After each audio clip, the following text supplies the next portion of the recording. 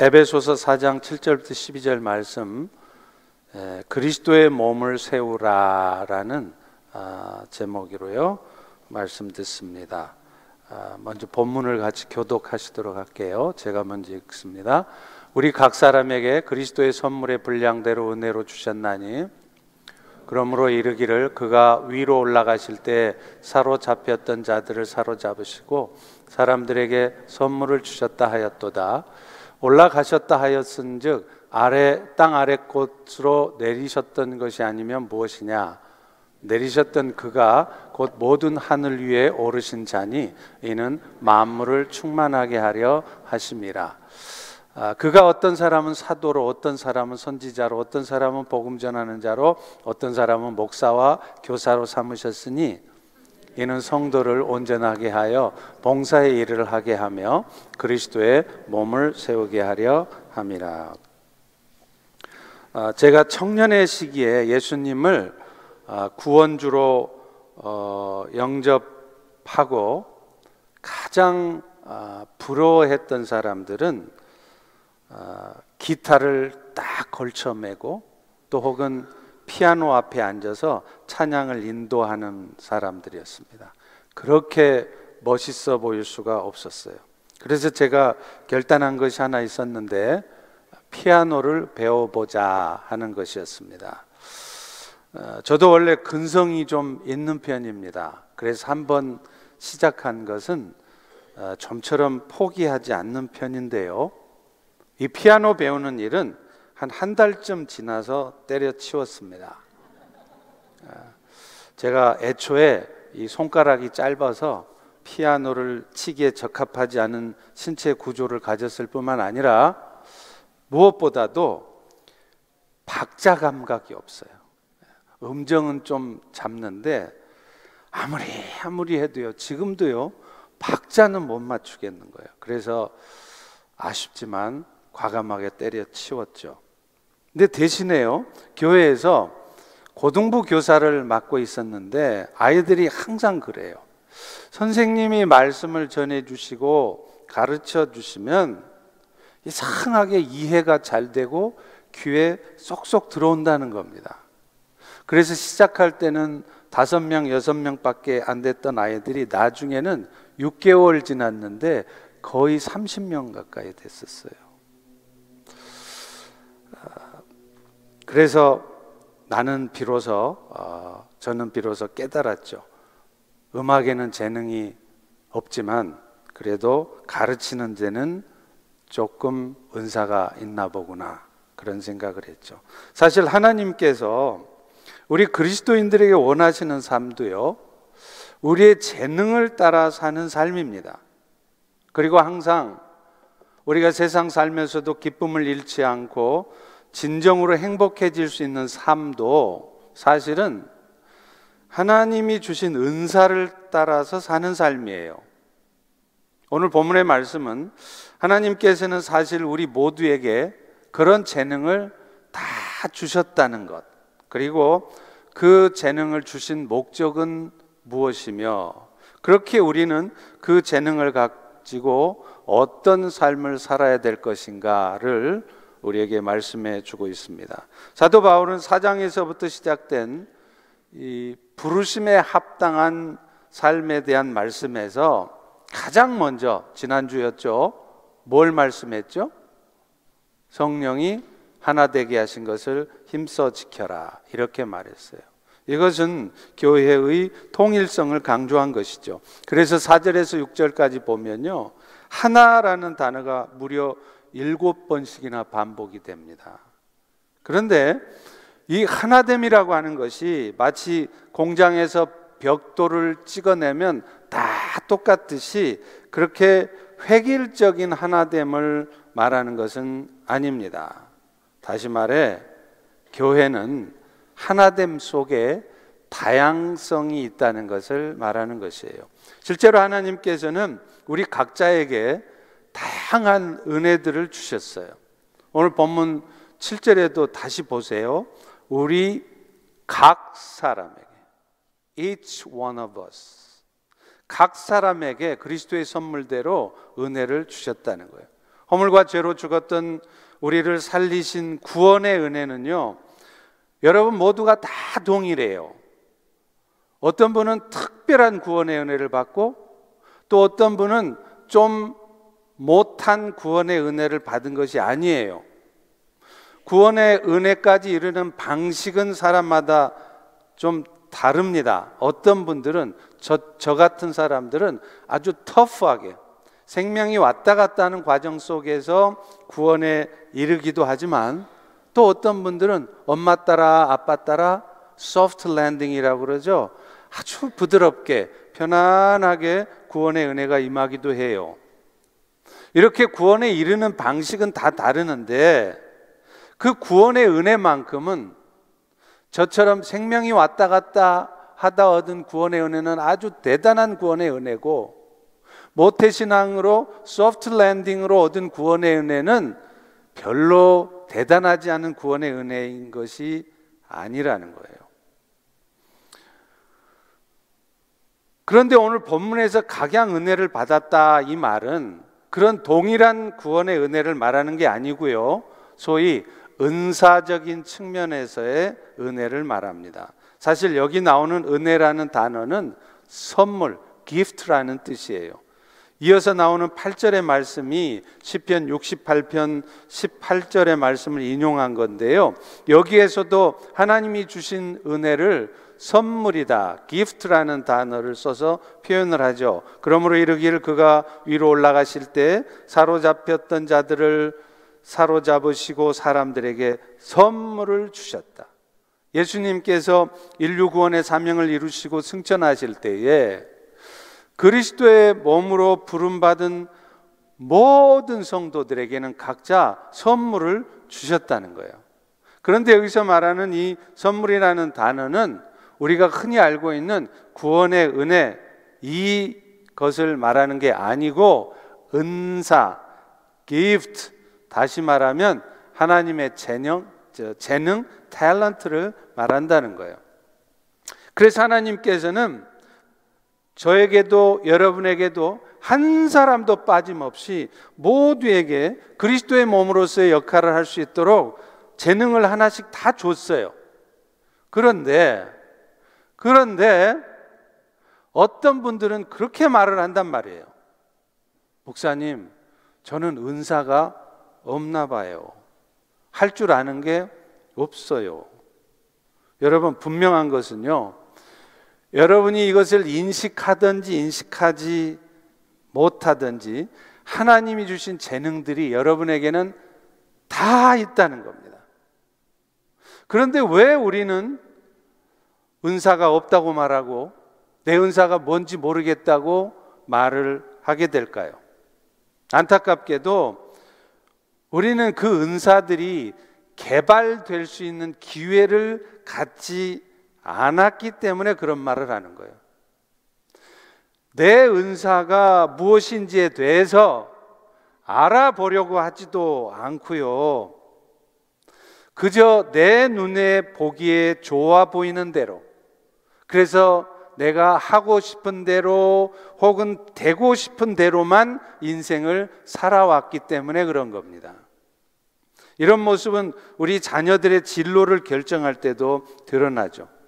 자녀의 은사가 무엇인지를 부모들이 잘 몰라요. 알려고도 하지 않아요. 그러면서 내 자식들은 부모 생각하기에 변호사 되면 좋겠다, 의사 되면 좋겠다, 자기가 좋아 보이는 쪽으로 진로를 정하고 심지어는 그것을 자녀들에게 강요해요. 이런 태도는요, 결국 본인들뿐만 아니라 주변 사람들 모두를 고통스럽게 해요. 은사도 아닌 일을 평생 업으로 살아가야 하니 본인은 얼마나 괴롭겠습니까? 또 잘하지도 못하면서 억지로 하는 일 때문에 주변 사람들은 또 얼마나 고통스러워요. 교회 안에서도요, 은사가 아닌 일을 하게 되면 하는 사람도 힘들고요, 그분과 함께 일해야 되는 사람도 힘들고 교회에도 유익이 되지 못하는 것입니다. 그런데 우리가 은사와 관련해서 한 가지 알아야 될 것은요, 은사라는 것은 각자의 분량에 맞추어서 그리스도께서 나누어 주신 거라는 거예요. 오늘 본문 7절에 보면 한글 성경에는 그리스도의 선물에 분량대로 주셨다 그래요.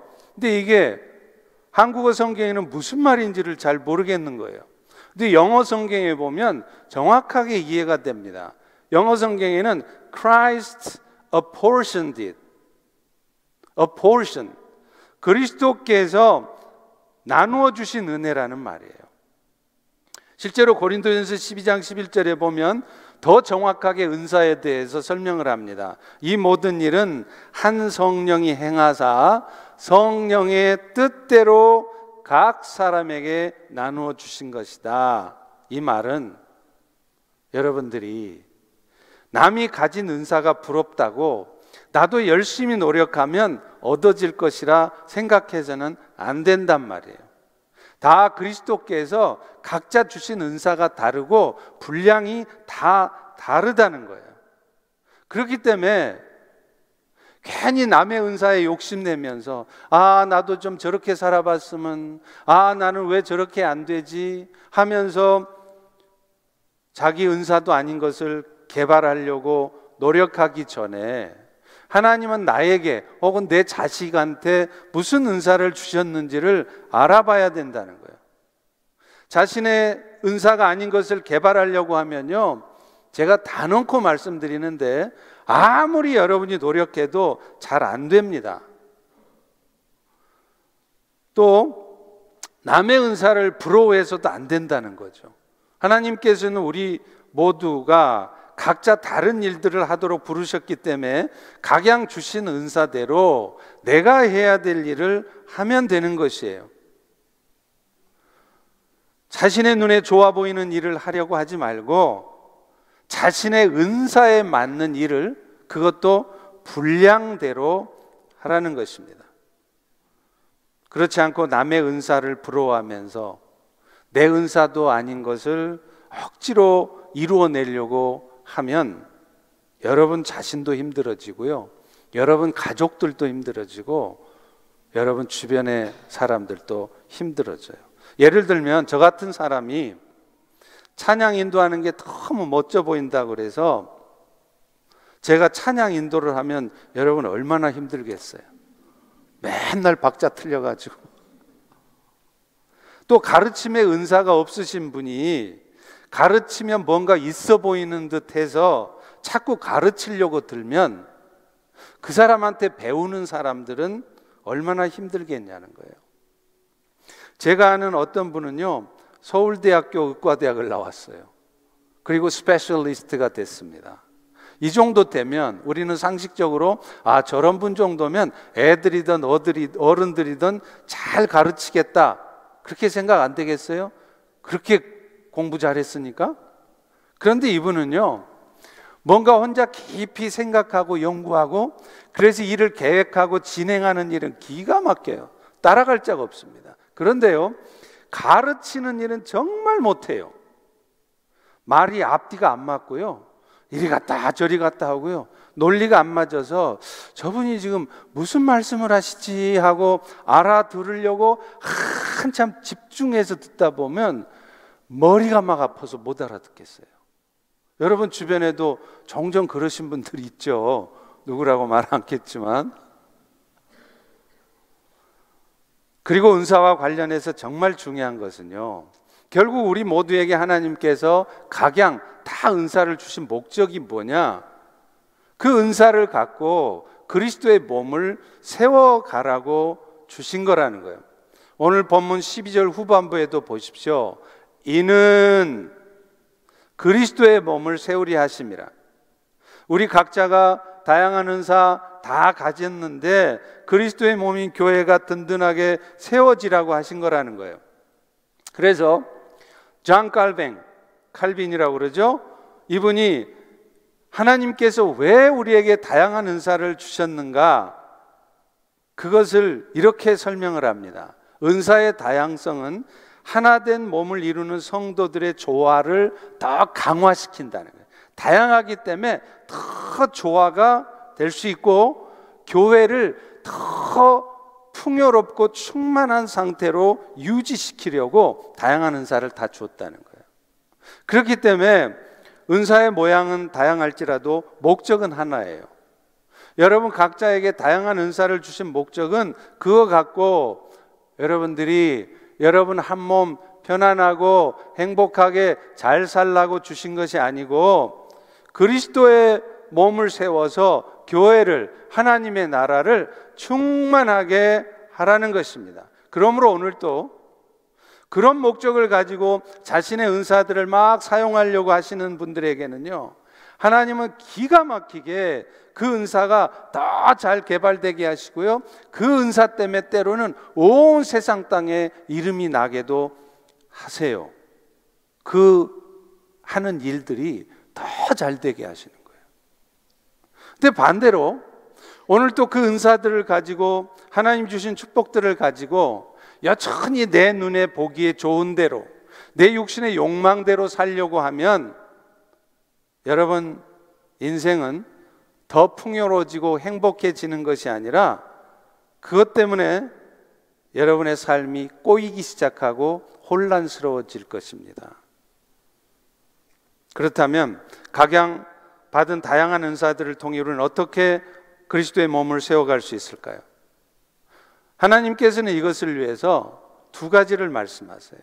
하나님이 이것을 위해서 먼저 하신 일은 뭐냐면, 하나님이 세우신 사역자들을 통해서 그 은사들을 더 개발하고 발전시켜서 그리스도의 몸이 세워지도록 하라는 거예요.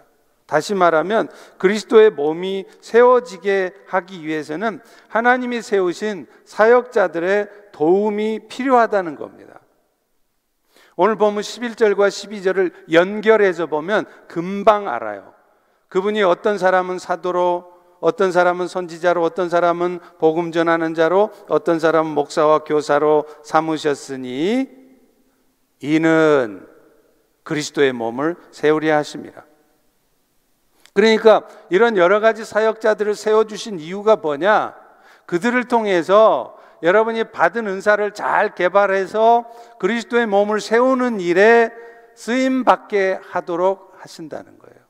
여기서 사도라는 것은 예수님으로부터 직접 가르침을 받았던 사람들이에요. 그래서 여러분이 잘 아시는 예수님의 12제자 혹은 신약의 서신서들을 쓴 사도 바울, 바나바, 실라 같은 사람들이 사도입니다.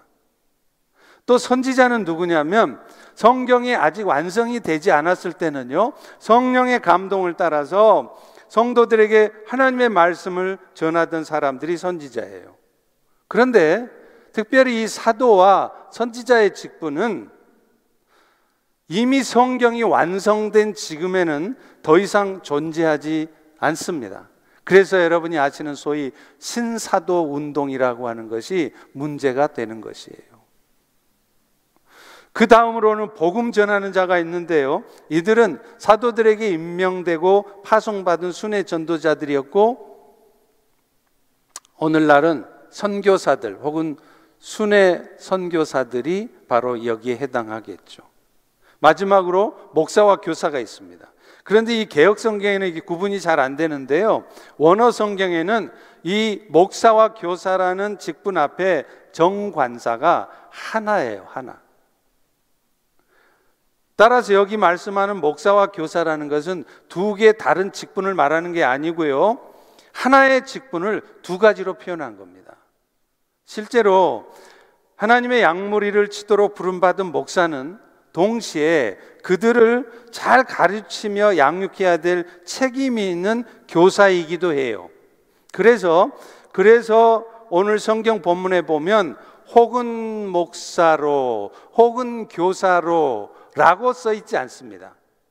혹은 목사와 교사로라고 써 있어요. 따라서 여기서 말하는 목사와 교사는 두 개의 직분이 아니라 한 직분이고 오늘날의 목사를 얘기하는 것입니다. 그런데 바울은 하나님께서 교회에 왜 이런 사역자들을 세워주셨느냐, 그 목적이 성도들로 하여금 각자 주어진 은사를 따라서 그리스도의 몸을 잘 세워가도록 도와주기 위함이라고 말해요.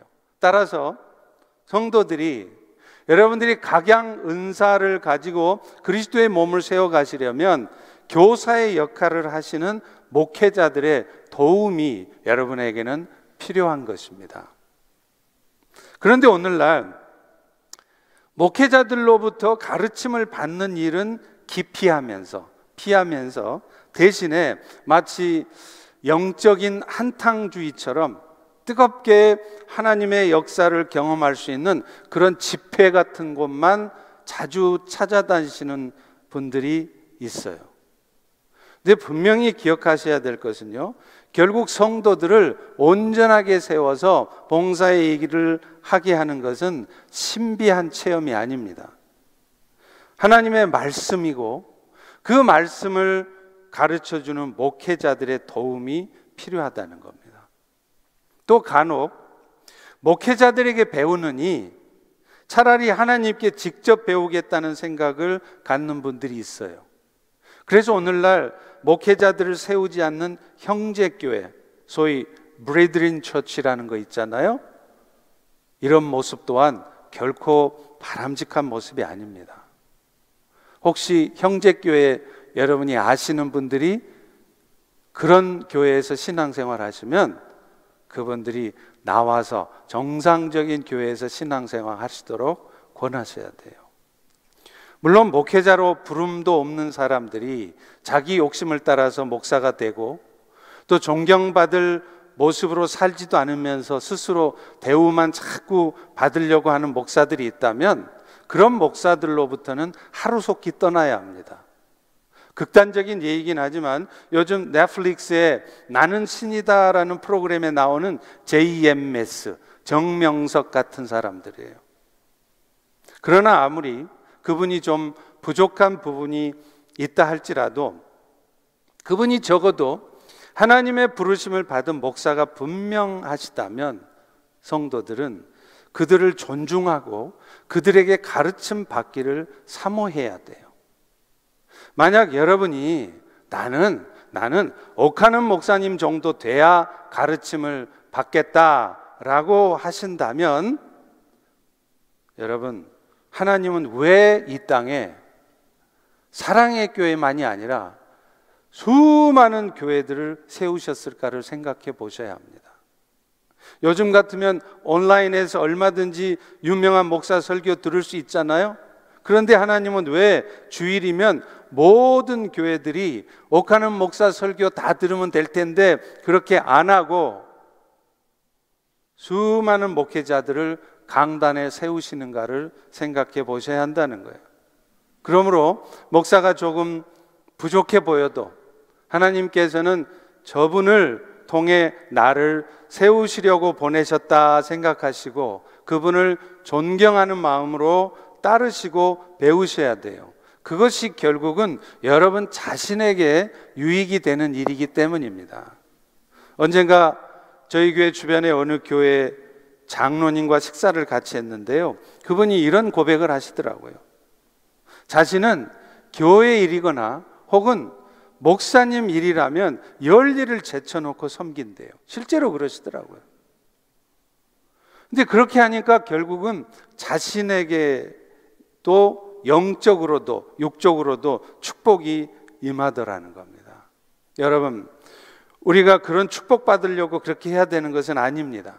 그런데 안타깝게도요, 오늘날 많은 성도들은 목사에 대한 존경심이나 목사님을 통해 영적 지도를 받으려고 하는 모습은 점점 사라지고 있다는 거예요. 이렇게 된 데에는 말할 것도 없이 목사 자신들의 책임이 가장 큽니다. 하나님의 부르심도 없는 자들이 스스로 목사가 되거나 성도들에게 삶의 모범이 되지도 못하면서 대우만 받으려고 하는 모습들이 있었기 때문이겠죠. 그러나 그렇다 할지라도 그야말로 목사 같지도 않은 싹군 목자가 아니라면 여러분은 조금 부족해 보여도 주님께서 나에게 배우라고 섬기라고 세워주신 목사님이라 생각하며 따르고자 하실 때 결국 복을 받는 것은 여러분 자신입니다. 그래서 히브리서 13장 17절에도 이런 말씀을 해요. 우리 다 같이 한번 읽어볼까요? 시작. 너희를 인도하는 자들에게 순종하고 복종하라. 그들로 하여금 즐거움으로 이것을 하게 하고 근심으로 하게 하지 말라. 그렇지 않으면 너희에게 유익이 없느니라. 심지어는요, 갈라디아서 6장 6절에 보면 가르침을 받는 자들은 말씀을 가르치는 자와 모든 좋은 것을 함께 하라. 이런 말씀을 해요. 이 말씀들은 목사들 좋으라고 하나님이 해놓으신 말씀이 아닙니다. 사실은 성도들이 그런 목회자들을 통해 어떻게 영적인 축복을 받을 수 있을 것인가를 말씀하시는 거예요. 여러분들도 경험해 보셨겠지만 학창시절에 다른 과목들 점수는 잘 안 나와요. 근데 유독 국어 점수만 좋아. 또 혹은 수학 점수만 좋아요. 왜 그럴까요? 그 과목을 가르치는 선생님이 아주 이쁜 여자 선생님이거나 아주 잘생긴 남자 선생님일 경우에 그렇지 않습니까? 그러니까 그 선생님한테 잘 보이고 싶어서라도 그 과목만큼은 열심히 공부하게 되는 거예요. 마찬가지예요. 여러분 보시기에 목회자가 좀 부족해 보이더라도 그래도 하나님이 나에게 배우고 섬기라고 세워주신 목회자다 생각하면서 어찌하든 잘 따르고 잘 섬겨 보십시오. 그러면 여러분들은 더 잘 배우게 되고요, 결국은 그것이 여러분들에게 유익이 되는 것이란 말입니다. 그런데 만약에 자신의 기준에 맞지 않는다고 존경하는 마음도 없고 굳이 그분을 따르면서 배우고자 하지도 않는다면 손해나는 것은 누구일까요? 결국 앞서 본 히브리서 말씀처럼 자신에게는 유익이 안 되고 자신만 영적으로 점점 황폐해질 뿐인 것입니다. 두 번째로 그리스도의 몸을 세워가려면 각양 받은 은사를 가지고 봉사의 일을 해야 된다는 거예요. 다 같이 12절을 다시 볼까요? 이는 성도를 온전하게 해서 봉사의 일을 하게 하며 그리스도의 몸을 세우려 하게 하심이라. 여기서 성도를 온전하게 한다는 말씀이 영어 성경에는 equip the saints라고 되어 있어요. 다시 말하면 성도들로 하여금 봉사의 일을 준비시키는 게 그게 목회자의 일이라는 거죠. 하나님이 주신 은사들을 가지고 여러분이 썩어져 없어질 육신을 위해 사용만 하면 결국 여러분은 썩어져 없어질 것들만 거두게 될 뿐입니다. 그런데요, 그 은사들을 가지고 주를 위해서 사용하게 되면 그 은사들은 더 개발이 되어질 뿐만 아니라 여러분 때문에 그리스도의 몸이 더 세워진다는 거예요. 그래서 갈라디아서 6장 8절에도 자기 육체를 위해서 심는 자는 육체로부터 썩어질 것을 거두고 또 성령을 위해 심는 자는 성령으로부터 영생을 거두리라, 이런 말씀을 하는 겁니다. 저는요, 우리 대한민국에서 제일 좋은 대학이 저는 서울대학이 아니라 한동대학이라고 생각합니다. 심지어 기독교 학교라고 하는 연세대학교보다 더 좋은 기독교 대학교가 한동대학이라고 생각합니다. 왜냐하면요, 한동대학은 설립 목적이 달라요. 한동대학에는 유명한 표어가 있습니다. 공부해서 남주자입니다. 우리는 보통 자녀들이 공부 안 하고 놀고 있으면 뭐라고 소리치죠? 야 이놈아, 공부해서 남주냐? 결국 너한테 이득이지, 이런 말 하죠. 그런데 한동대는 달라요. 공부해서 남주냐가 아니라 공부해서 남주자예요. 그러니 하나님이 살아계신다면 그런 한동대학을 사용하지 않으시겠습니까? 저는 확신합니다. 한동대학이 위튼 칼리지처럼 이제 세계적인 명문사학이 될 것이라고 확신해요. 하나님께서 그렇게 하시리라고 믿습니다. 왜요? 그들은 열심히 공부해서 높은 자리에 올라가서 자기의 배를 채우는 것이 아니라 세상을 그리스도의 사랑으로 섬기려는 사람들이기 때문에 그래요. 한동대 출신들을 보면 뭔가 다릅니다. 정말 다릅니다. 하나님이 세상을 좌지우지할 수 있는 세상 주인이시라면 그런 학교를, 그런 사람들을 사용하시지 않으시겠습니까? 그러므로 여러분도 내가 지금 무엇을 할 것인가 결정할 때 그 기준이 내가 이것을 하면 나한테 얼마나 유익이 될까? 그것이 되어서는 안 됩니다. 내가 이거 하면 돈은 얼마나 벌 수 있나? 내가 얼마나 인정받고 승진할 수 있나? 그것이 되어서는 안 됩니다. 주께서 이것을 원하시는 일인가? 이 일을 하면 주님이 기뻐하실까? 이것이 기준이어야 돼요. 그리고 그것이 확실하십니까? 그러면 여러분의 현재 상태나 여건이 좀 안 돼 있습니까? 그것 때문에 여러분이 좀 어려워지고 육신적으로도 여러모로 피곤해질 것 같습니까? 그래도 믿음으로 결단해 보세요. 어떤 일이 벌어지나 정말로 주님이 놀라운 역사를 나타내시는 거예요. 그런데 맨날 내 삶에는 왜 놀라운 기적 같은 일은 없냐고 불평만 하지, 정작 내 인생에서 믿음으로 결단해야 될 순간에 믿음으로 결단하지 않고 항상 여건과 환경과 내가 가지고 있는 것, 주어진 것만 따지니까 그런 역사를 경험하지 못하시는 겁니다.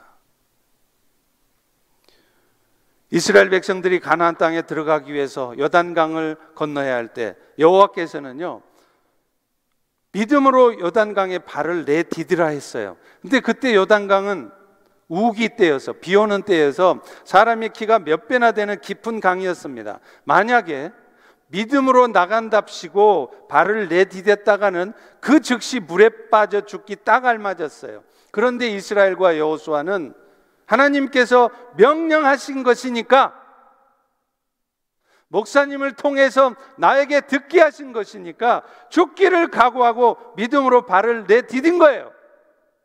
앞자리에 나오라 하면 앞자리에 나오는 게 영 어색하고 습관이 되지 않아서 쑥스러워도 말씀하시니까 나와 보시는 거예요. 그럴 때 정말로 생각지도 못했던 놀라운 역사들이 여러분의 삶 가운데 나타나는 겁니다. 이스라엘 백성들이 출애굽하면서 홍해를 건널 때는요, 하나님이 어떻게 하셨나요?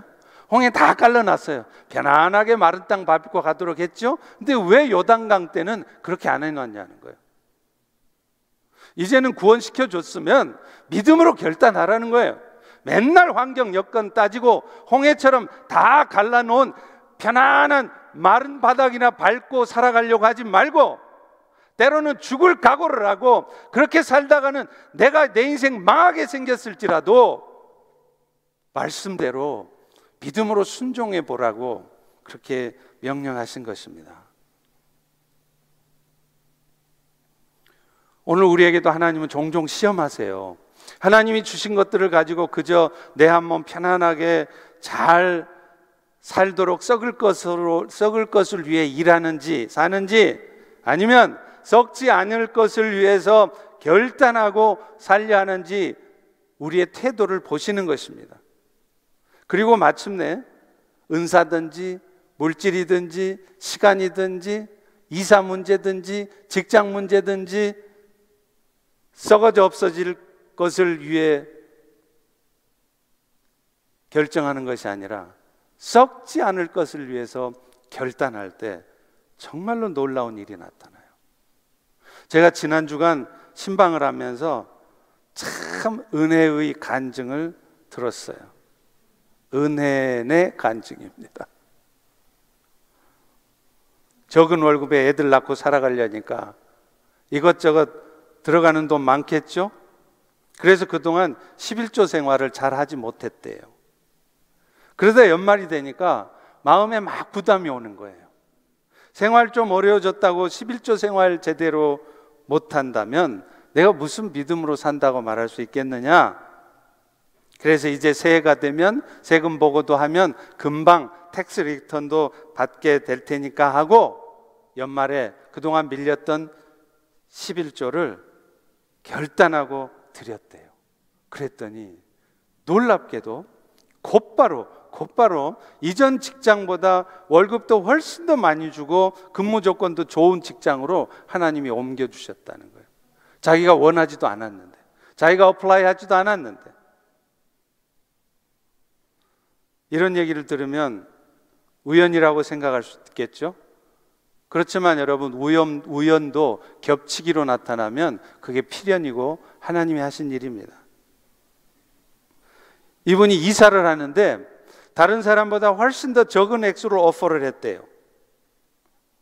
근데 집주인이 그런데도 이분들에게 집을 주었다는 겁니다. 이 사람들한테 집이 더 필요하겠다 해서 훨씬 더 적은 액수를 오퍼하고 조건이 안 좋았는데도 그분들에게 집이 주어지게 하셨다는 거예요. 왜요? 어려운 여건이지만 목자의 사명을 감당해 보겠다고 결단하니까 하나님께서 오이코스 모임 잘 하라고 더 넓은 집을 더 싼 값에 얻게 해주신 것이었습니다. 또 어느 집사님은요, 바쁜 연구원 생활 중에도 청년들을 섬기기 위해서 매 주일 뿐만 아니라 심지어는 수요 기도회까지 청년들 라이드를 해줘요. 그분 자신이 매일 새벽 기도에 나오십니다. 그러니 얼마나 육체적으로도 피곤하겠어요? 그런데 육체적으로는 피곤한 것도 피곤한 거지만 가스비도 적지 않게 들어가잖아요. 그런데 이분은 결단하고 헌신을 했어요. 그랬더니 어떤 일을 주셨느냐? 하나님께서 샐러리가 거의 2배가 되고 또 집 바로 옆에 있는 글로벌 제약회사로 직장이 옮겨지게 하셨어요. 또 이런 분들의 헌신이 있어서 그랬는지 우리 청년부가 날로 부흥하고 있습니다. 청년부들 스스로가 결단해서 수요 기도에도 지금 많은 청년들이 나와요. 말씀을 맺습니다. 최근 워싱턴 지역에도 아프가니스탄 난민들이 2,000명 넘게 들어와 있어요. 아시다시피 지금 아프가니스탄은 회교 근본주의자들에 의해서 다시 정권이 탈환당했어요. 그래서 그 유명한 탈리반 이 사람들이 복음을 전하기는커녕 선교사들이 들어올 수조차 없게 다 막아버렸습니다. 그런데 하나님께서는 이런 상황에서 미국 땅에 10만 명이나 되는 아프가니스탄 사람들을 보내주셨고 그들 중에 약 2,000명이 우리 주변에 와 있어요. 그래서 지난주에 선교부의 난민 선교팀이 있습니다. 그 팀이 컬리지 파크 근처에 리버데일에 살고 있는 이 아프가니스탄 난민들 중에 한 가정을 직접 방문을 해서 그들이 어떤 상황에 있는지 살피고 보고를 해 주었습니다. 그들의 상황은 생각보다 심각했습니다. 한 가정은 아이들이 5명이에요. 5명. 아프가니스탄에서 온 조카도 있어요. 그런데 아내는 지난달 출산을 해서 움직이지도 못해요. 더 문제는 남편이 직장을 잃어버렸어요. 좁은 아파트에서 10여 명이 함께 살고 있고 방이 없으니까 바닥에 러그를 깔고 자는데 그 버그가 있어서 잠도 제대로 못 자고 있는 것입니다. 이렇게 풍요로운 미국 땅에서 그렇게 힘들게 살아가는 사람들이 있다는 사실이 놀랍지 않습니까? 그들은 누군가의 도움이 당장에 필요한 사람들이에요. 우리가 그리스도의 사랑으로 그들에게 다가가야 되는 이유가 바로 그것입니다. 여러분이 미용의 탤런트가 있으십니까? 그렇다면 한 달에 한 번씩이라도 그 사람들 머리를 깎아주겠다고 결단하실 수 있어야 돼요. 컴퓨터에 재능이 있으십니까? 그렇다면 어른들이든 아이들이든 그 아프가니스탄 아이들 모아놓고 기본적인 컴퓨터 교육을 해줄 수 있습니다. 여러분 집에 사양이 떨어져서 안 쓰는 컴퓨터가 있습니까? 이제 차를 바꾸려고 트레이드할 차가 있으신가요? 그러면 그런 분들을 위해서, 차가 없어서 맨날 버스 타고 다녀야 되는 그들을 위해서 여러분의 차와 컴퓨터를 도네이션 할 수 있습니다. 사실 당장의 우리 청년들 중에도 유학 와서 차가 없어서 불편하게 다니는 청년들도 있어요. 컨스트럭션 일을 하고 계신가요? 그러면 한 달에 한 가정이라도 내가 로우 인컴의 가정들을 방문해서 이것저것 내가 고쳐주는 일을 해야겠다라고 결단할 수 있습니다. 여러분, 이것이 바로 하나님께 주신 은혜들로 그리스도의 몸을 세워가는 일이에요. 하나님이 보내주신 목회자들을 통해 말씀으로 잘 가르침을 받으셨다면 이제 여러분은 봉사의 일을 통해 그것을 연습하셔야 합니다. 그럴 때 비로소 그리스도의 몸이 세워집니다. 이제 여러분들의 결단이 필요합니다. 이런저런 핑계 대지 마시고 2023년도에는 내가 주를 위해서 무엇을 할 것인가를 해봐야 할지 생각하시고 결단하시기 바랍니다. 나를 위해 십자가에 죽기까지 희생해 주신 주님을 위해서 이 고난주간 동안 나는 주님을 위해서 그동안 뭘 드렸고 또 이제 그 주님을 위해서 무엇을 드리려 하는지 다시 한번 깊이 생각해 보시기를 주의 이름으로 축원합니다.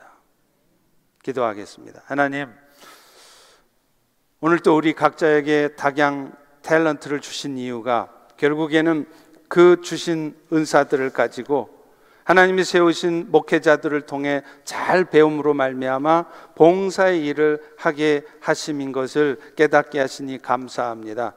그동안 우리는 쓸데없이 내 기준에 맞지 않는다고 불평하고 원망이나 하며 목회자들로부터의 가르침을 소홀하게 생각하고 의도적으로 피하지는 않았는지 돌아보게 도와주시고 또 각양받은 은사를 가지고 오늘 또 썩어져 없어질 60만을 위해서 열심을 다해 살아가고 있지는 않는지 돌아볼 때 이제 다시 한번 고난주간을 통해 십자가의 고난을 묵상하며 결단하는 저희 모두가 되게 도와 주시옵소서. 예수님 이름으로 기도합니다. 아멘.